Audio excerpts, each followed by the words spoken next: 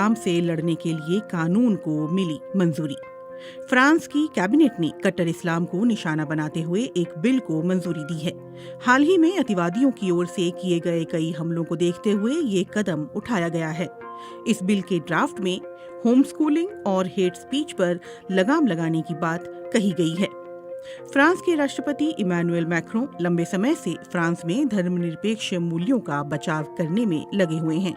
हालांकि फ्रांस और दूसरे देशों के आलोचक इसकी आड़ में धर्म को निशाना बनाने का आरोप लगा रहे हैं। लेकिन फ्रांस के प्रधानमंत्री जीन कैस्टेक्स ने इसे संरक्षण देने वाला कानून बताया है, जो मुसलमानों को अतिवादियों के चंगुल से दूर रखेगा। उन्होंने जोर देकर कहा कि ये कानून किसी भी धर्म, खासतौर पर मुसलमानों के खिलाफ बिल्कुल भी नहीं है। लेकिन इस कानून में है क्या? लोकतांत्रिक सिद्धांतों का समर्थन करने वाले इस बिल में ऑनलाइन हेट स्पीच पर लगाम कसने की बात कही गई है। इसके अलावा किसी दूसरे इंसान की व्यक्तिगत जानकारियों को गलत भावना के साथ इंटरनेट के इस्तेमाल से उजागर करने पर भी प्रतिबंध लगाने की बात कही गई है। इस नए कानून को अक्टूबर में सैमुअल पैटी की हत्या के प्रतिक्रिया के तौर पर देखा जा रहा है।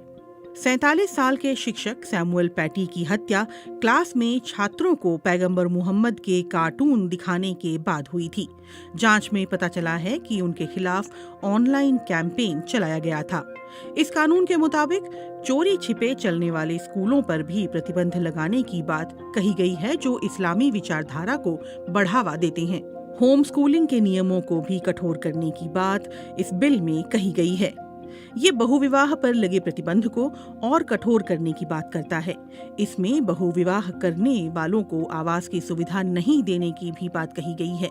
लड़कियों के कुंवारेपन की जांच करने वाले डॉक्टरों पर जुर्माने की भी बात कही गई है।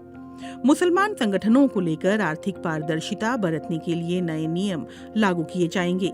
धार्मिक पोशाक पर प्रतिबंध का दायरा बढ़ाया गया है। इसे ट्रांसपोर्ट वर्कर्स और स्विमिंग पूल और मार्केट में काम करने वाले स्टाफ पर भी लागू किया जाएगा। अब जानते हैं कि इस कानून को क्यों लाया जा रहा है। कुछ समय पहले से इस कानून को लाए जाने पर विचार विमर्श चल रहा था, लेकिन हाल ही में हुए इस्लामी हमले ने इसे प्राथमिक एजेंडा बना दिया है। सैमुअल पैटी की हत्या उन 3 हमलों में से एक है जिसने फ्रांस में आक्रोश पैदा कर दिया है। पैटी वाले मामले के अलावा अक्टूबर में नीस के चर्च में 3 लोगों की हत्या कर दी गई थी। सितंबर में पेरिस में शार्ली एब्दो के पुराने दफ्तर के नजदीक 2 लोगों को चाकू मारकर गंभीर रूप से घायल कर दिया गया था। शार्ली एब्दो के पुराने दफ्तर पर साल 2015 में इस्लामी चरमपंथियों ने हमला किया था। राष्ट्रपति इमैनुएल मैक्रों फ्रांस के लोकतांत्रिक मूल्यों को बचाए जाने के बड़े हिमायती हैं। धर्मनिरपेक्षता भी इन्हीं मूल्यों में से एक है। वो इस्लाम को संकट में पड़ा धर्म बता चुके हैं और शार्ली एब्दो के कार्टून छापने के अधिकार की भी उन्होंने हिमायत की है। फ्रांस में करीब 50 लाख मुसलमान रहते हैं।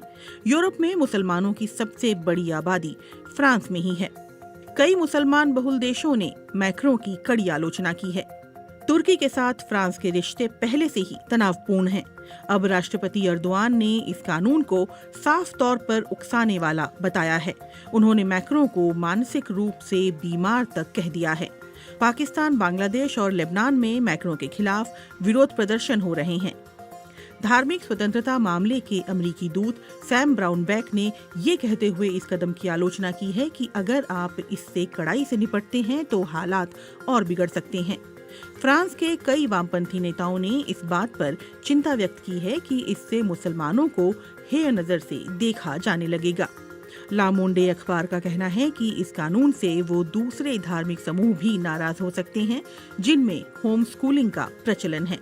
लेकिन पेरिस में मौजूद बीबीसी की लूसी विलियमसन का कहना है कि राष्ट्रपति मैक्रों पर कार्रवाई करने को लेकर काफी दबाव है।